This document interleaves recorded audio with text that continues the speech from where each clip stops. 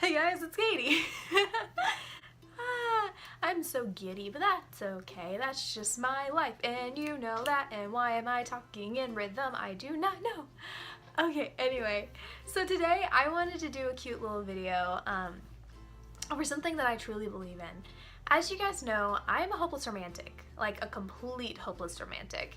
I'm the kind of girl that when I'm dating a guy, I will send him a nice text in the middle of the day telling him to have a great day just because I want him to smile. Even if I don't physically know that he's smiling or not. He could be thinking, why is this girl talking to me? I, I just try because, you know, I'm me and I believe everyone should be happy. But at this age, it's always really hard to find a good person. It's very hard to find someone who's going to end up being special. Everyone tries to settle just so they can have a relationship. And there's a definite line between settling and actually finding something. I know from experience. There's a thing I saw on Twitter one time and it said you have to be completely lonely to realize whether you have to go through that completely lonely phase, you know, of your life before you can realize if you're just settling out of loneliness or settling out of love. It's a whole dilemma that a lot of people our age try to do because everyone's in a relationship, everyone wants the hashtag goals, and it's a hard thing to figure out. So today, I'm gonna do a video on how to tell if he's the real deal, and I'm gonna probably use experiences in my life. I'm probably gonna use that because you know me, and I'm also gonna just speak my mind because right now I should be working on this garage sale this weekend, but I want to procrastinate. So let's make a video. Let's go for it. So growing up, I've grown up with my grandparents and my parents, and I've told this story a few times, but for everyone who's new in my channel, I'd like to maybe talk about this story again. My grandparents met when they were 14 and 15. They went to different schools, and you know, back then, my grandparents were born in the 30s. Back then, in the 40s and stuff, they had phones, but it was regular rotary phones. It wasn't not even rotary phones, it was just a regular phone. And they didn't always talk, they talked in person. They never could text, they didn't have anything like that. My grandpa was a year older and he went to IU Bloomington a year before my grandma left high school. Stupid notifications.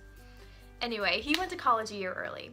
And from what I've heard from the stories of my grandma, it was pretty hard. That was a hard year for her. She had to be by herself going through a lot of stuff in her life, and while the guy that she was in love with was hours away. But somehow they made it. They got married in college and they lived in the bell tower in the apartment there. They settled down and they've been together ever since, through thick and thin, over 60 years. And to me that's insane. And then my parents actually, they told me the story of how they wanted to build their relationship off of that. They wanted to learn their ways because they were such a good couple that my parents wanted to be the same couple as my grandparents, kind of. And my parents met when they were 16 and 17. They were friends first.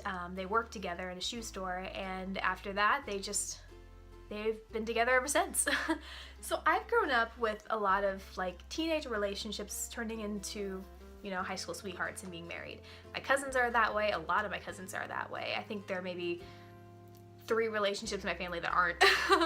Everyone is.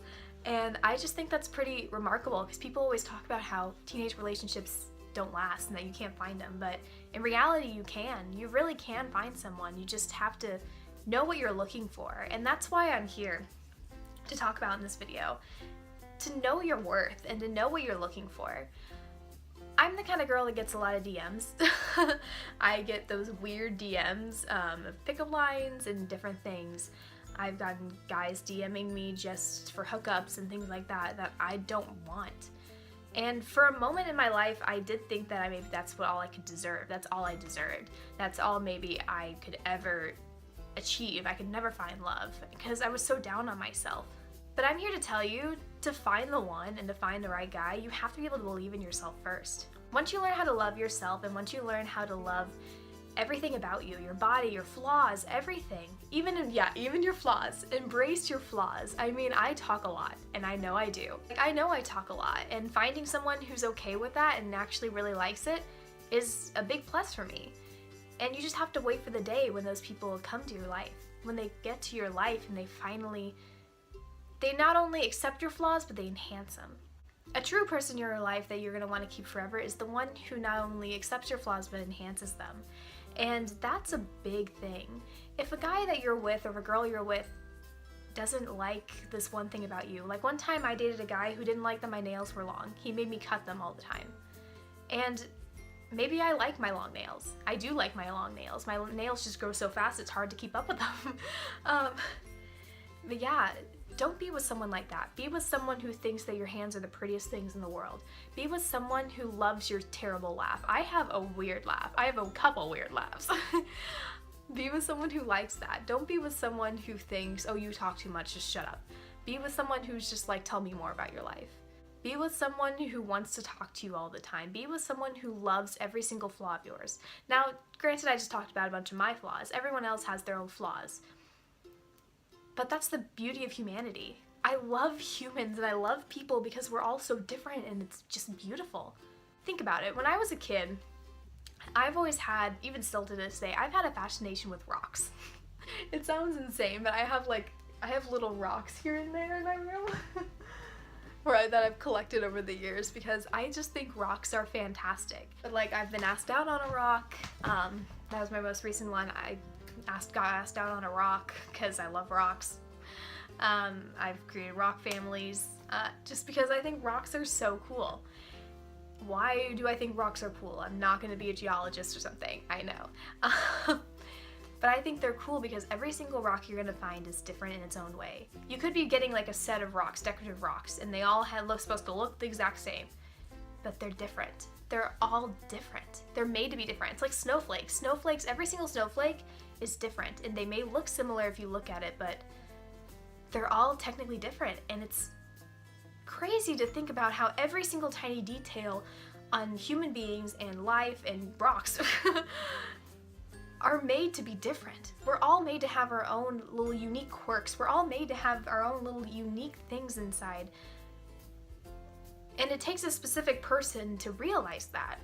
It takes a real person in life to go and look at this rock and think, see, this may look like one you've seen before, but it has a different curve on this end. It takes a specific person to find those and to love those flaws. It takes a real person in life to really go over and accept and love the differences in people. And that's one thing I think our society really misses out on. That's why I hate it whenever guys DM me for things like that. I hate it whenever that happens because I want a guy to like me for me. Yes, my current relationship is great because he got to know me for me. And I love that. He got to know me for me before ever, seeing my Instagram, before ever seeing any of this.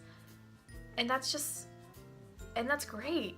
That's something that I've always dreamed of, while the rest of the world just wants to see what's on paper. And that's how you know you find a true person in your life.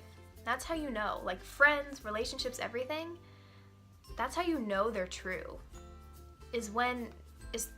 True meaning like they're meant to be in your life in some way, like as a friend or anything. But that's how you know that they were meant to come into your life at this point, because they not only accept your flaws, but they embrace them and they enhance them and they love them. True people in your life will stay.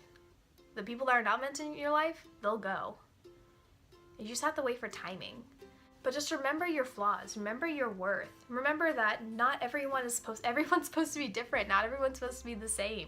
We're all different in our own thing. So don't compare yourself to someone else because you have nothing to compare to. You're perfectly unique your own way. And I truly believe that. I love people. I don't really judge people. I really don't, because I think people are just amazing. They're like rocks. They're all beautiful and they're all unique and perfect. And when other people take that for granted, like my DMs for instance, when people take that kind of side of us for granted, it really hurts me inside because they're really missing out on what could truly be the best thing in their life. And those real people in your life, they know it's the best thing. So keep them on hold. So that's what I got for you today. Talking. Okay. So that's what I had for you guys today. I hope you guys liked it. If you did, comment, like, subscribe, do whatever you want to do. My social media links are below, as I've been pointing for the past 20 minutes, seems like. Bye, guys.